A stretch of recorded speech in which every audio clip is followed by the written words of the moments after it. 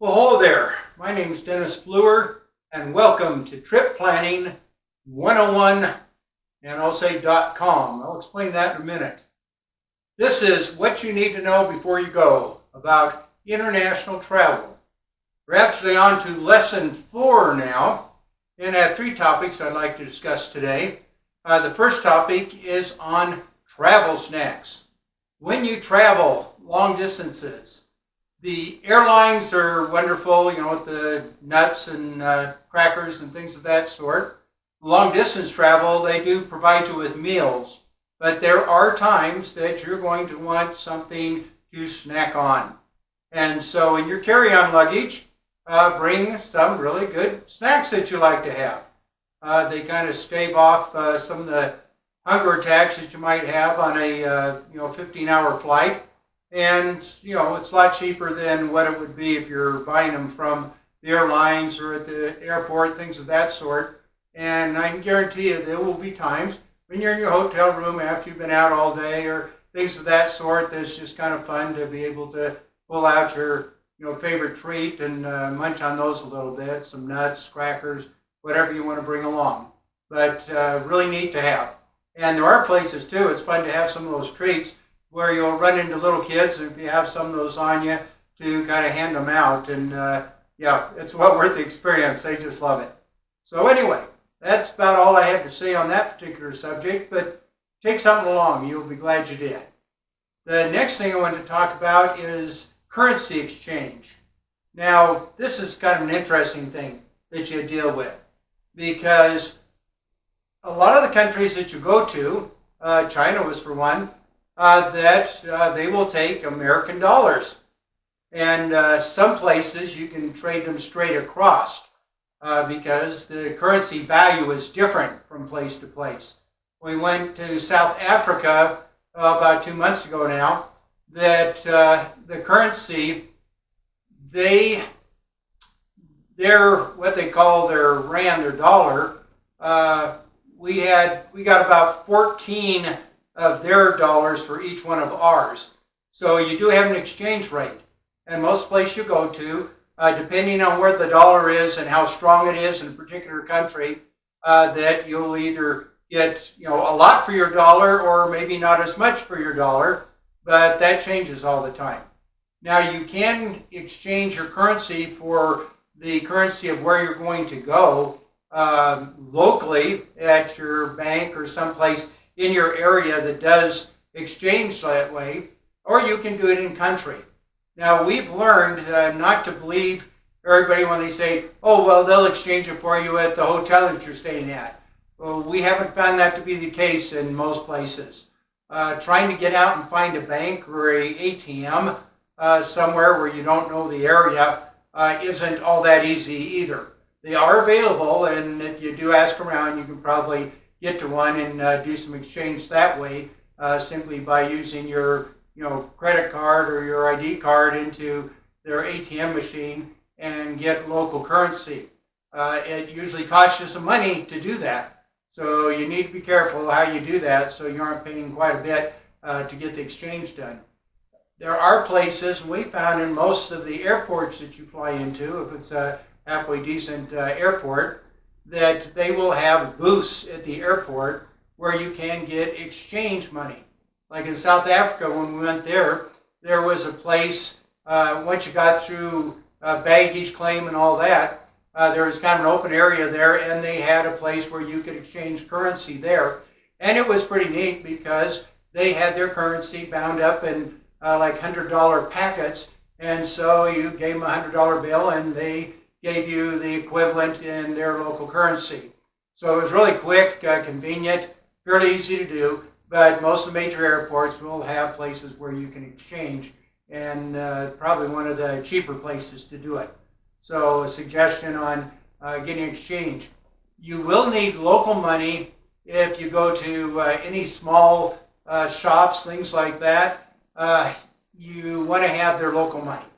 Most of them don't take credit cards. They don't like taking foreign currency. And so if you have, a couple of $100 that you exchange, then that's wonderful. Before you leave, remember to, check your wallets and everything to see if you have any of the currency left and use it up before you leave the country, unless you want to take a souvenir home. I ended up taking one that was 100 Rand and about $14, $15 worth of currency in America, and I ended up giving it away.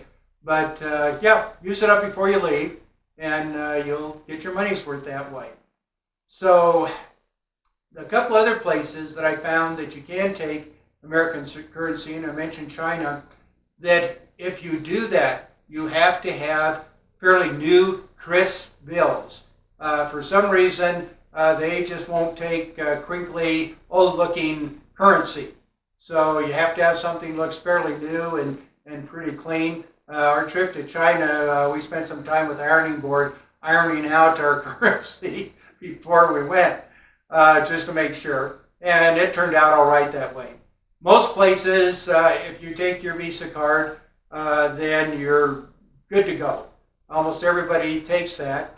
Have found American Express, not so much, because of the higher rates, I would guess, that they really don't like taking American Express.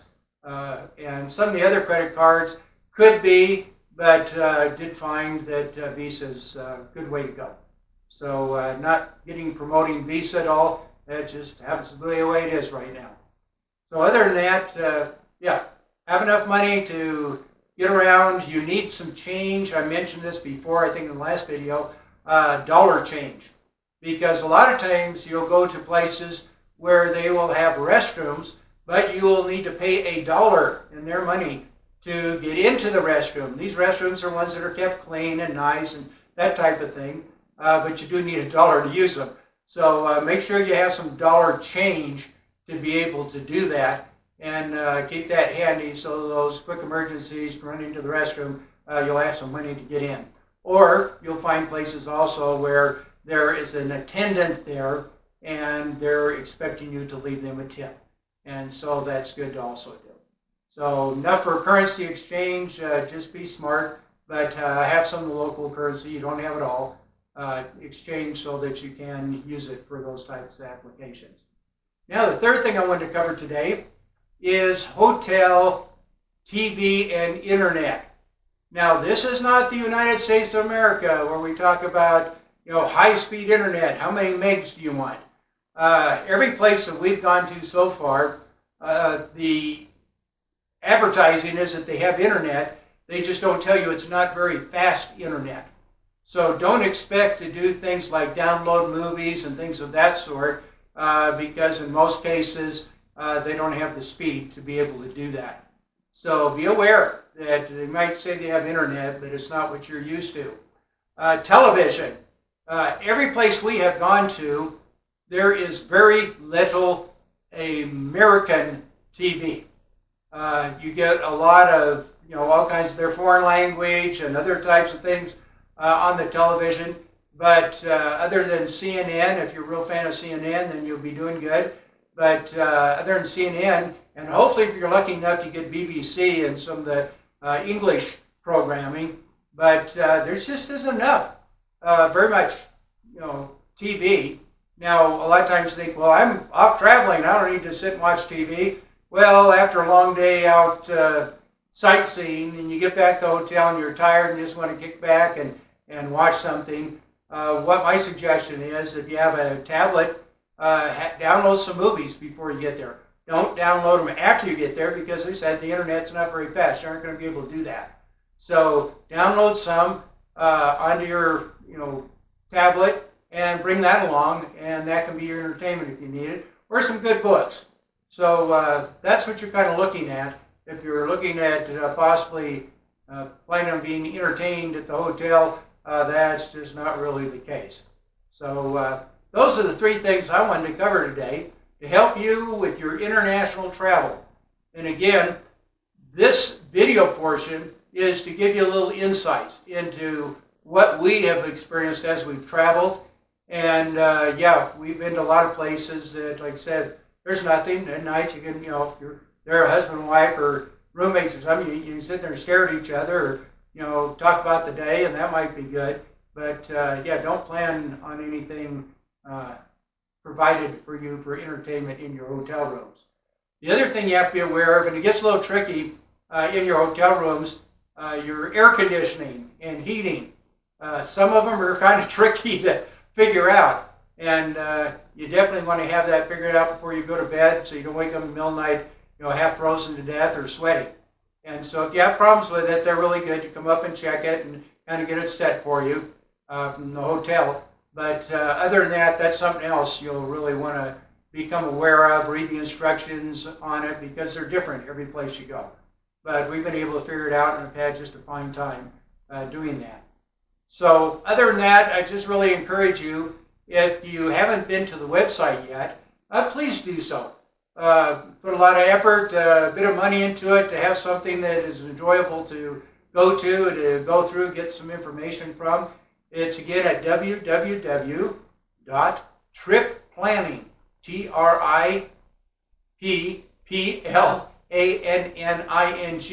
101, Tripplanning101.com. And you'll notice on there too, we added a section on there. If you look at the top bar on the main page, there's a place up there where we have some videos we have posted for the numerous countries we've been at. And so you just click on that, and it'll take you down actually to the bottom of the web page.